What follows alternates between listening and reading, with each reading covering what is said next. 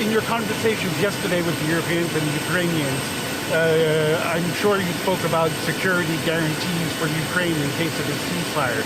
Could you give us a sense of what that could look like, and is the U.S. ready to back up any eventual European reassurance force for Ukraine? Well, that gets into a level of specifics that we're not ready to discuss publicly yet. Obviously, the term security guarantees came up because they come up in every meeting. We've heard about it. And it's not an illegitimate desire. Every sovereign nation on earth has a right to defend itself. Ukraine will have a right to defend itself and to enter into whatever agreements it wants to enter into on a bilateral basis with different countries and so forth.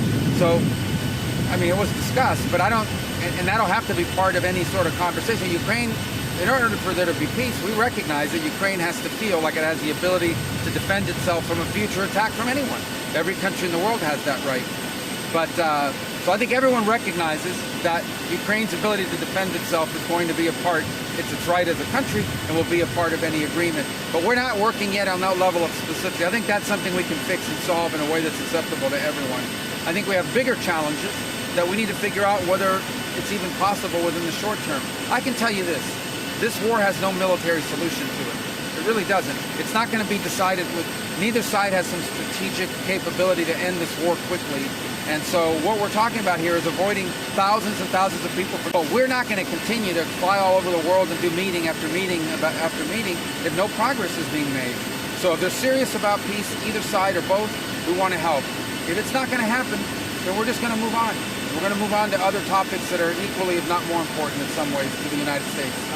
I think it's important to remind everybody that the Ukraine war is a terrible thing, but it's not our war. We didn't start it. The United States has been helping Ukraine for over the last 3 years, and we want it to end. But it's not our war. I want everyone to understand that. And the reason why I make that point is the president has spent 87 days at the highest level of his government repeatedly taking efforts to bring this war to an end.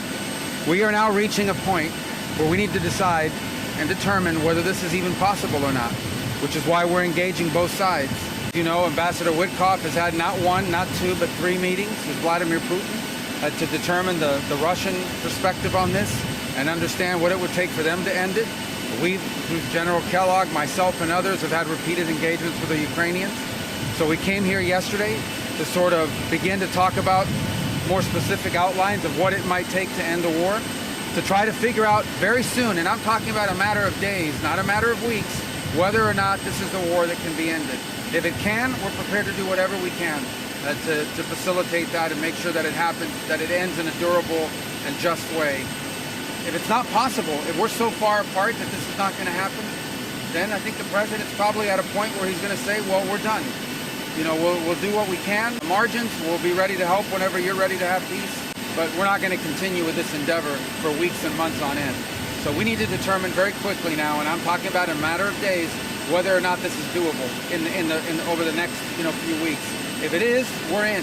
If it's not, then we have other priorities to focus on as well.